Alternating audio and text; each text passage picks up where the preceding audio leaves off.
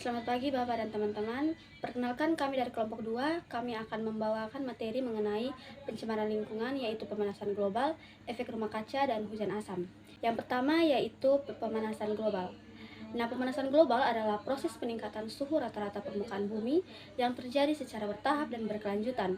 Proses terjadinya pemanasan global adalah akibat dari meningkatnya konsentrasi gas-gas rumah kaca di atmosfer, seperti karbon dioksida atau CO2, metan atau CH4, nitrous oksida atau N2O, dan gas-gas lainnya. Gas-gas ini memerangkap panas matahari di bumi sehingga menyebabkan suhu rata-rata global meningkat. Sumber utama dari gas rumah kaca adalah pembakaran bahan bakar fosil, deforestasi, dan aktivitas industri. Kemudian yang berikutnya itu dampak dari pemanasan global. Pemanasan global menyebabkan perubahan iklim yang ekstrim, meningkatkan suhu rata-rata bumi, dan mengganggu ekosistem. Ini dapat menyebabkan perubahan cuaca yang ekstrim, kenaikan permukaan laut, kepunahan spesies, dan gangguan terhadap pertanian. Kemudian yang kedua, cara untuk mengatasi pemanasan global. Yang pertama, mengurangi emisi gas-gas penyebab hujan asam dari sumber-sumber seperti pembangkit listrik, perbahanan bakar fosil, dan kendaraan bermotor. Yang kedua, menggunakan teknologi perangkap polutan seperti scrubber pada sumber-sumber emisi. Yang ketiga, mengembangkan bahan bakar yang lebih bersih dan teknologi yang lebih efisien. Yang keempat, mempromosikan penggunaan energi terbarukan dan transportasi yang ramah lingkungan. Yang kelima, memperkuat regulasi dan penegakan hukum terkait pencemaran udara. Selanjutnya, efek rumah kaca. Pertama, apa proses terjadinya efek rumah kaca? Nah, efek rumah kaca terjadi karena gas-gas rumah kaca di atmosfer memerangkap panas matahari, menyebabkan suhu bumi meningkat.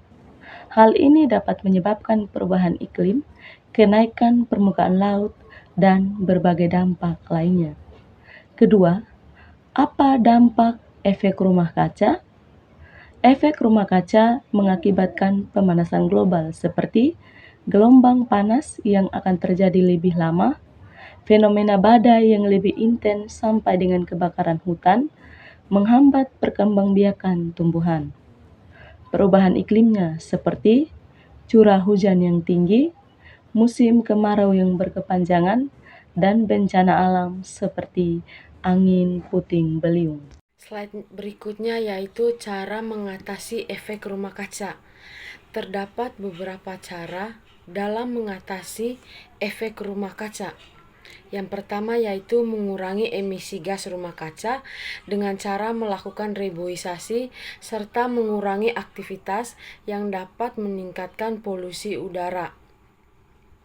Yang kedua adalah meningkatkan penggunaan energi terbarukan dan teknologi yang efisien seperti mengelola emisi karbon dan menetapkan penggunaan DSM atau Demand Supply Management dalam mengurangi emisi.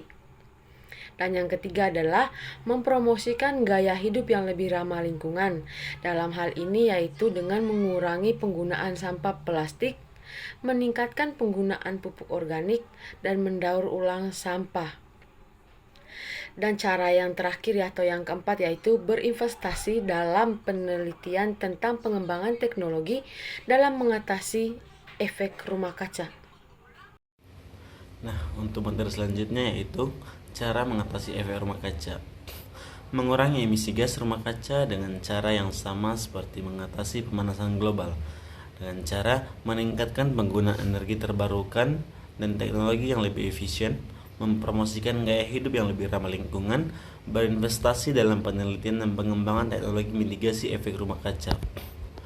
Yang selanjutnya, pemilihan transportasi. Dalam menggunakan transportasi yang ramah lingkungan seperti berjalan atau kaki, mengendarai sepeda, dan menggunakan transportasi umum. Selanjutnya, praktik hidup berkelanjutan di rumah. Menerapkan praktik hidup berkelanjutan di rumah seperti mengurangi penggunaan pendingin udara, mengurangi emisi gas rumah kaca dengan pengelolaan sampah yang baik. Yang selanjutnya, menjadi vegetarian. Menjadi vegetarian tidak membantu mengurangi emisi gas rumah kaca. karena produksi daging memerlukan penggunaan sumber daya yang besar dan menghasilkan emisi gas rumah kaca. Terima kasih. Oke, baik. Saya akan melanjutkan materi tentang hujan asam. Jadi di sini ada beberapa cara untuk mengatasi hujan asam itu sendiri. Itu yang pertama, mengurangi emisi gas-gas penyebab hujan asam dari sumber-sumber seperti pembangkit listrik yang berbahan bakar fosil dan kendaraan bermotor. Kemudian yang kedua, menggunakan teknologi penangkap polutan, yaitu ada scrubber pada sumber-sumber emisi. Kemudian yang ketiga, mengembangkan bahan bakar yang lebih bersih dan teknologi yang lebih efisien. Kemudian selanjutnya yang keempat adalah mempromosikan penggunaan energi terbarukan dan transportasi yang ramah lingkungan. Kemudian yang terakhir yaitu yang kelima, memperkuat regulasi dan penegakan hukum terkait pencemaran udara. Oke, baik, jadi kesimpulan dari materi kami itu dari beberapa poin penting yang sudah kami jelaskan, yaitu seperti pemanasan global, rumah kaca, hujan asam, itu semuanya mempunyai dampak dan efeknya masing-masing terhadap lingkungan. Maka dari itu, kita perlu menerapkan beberapa cara untuk mengatasi semuanya itu supaya lingkungan kita tetap bersih dan nyaman dipandang atau dilihat. Oke, demikian materi kami, sekian dan terima kasih.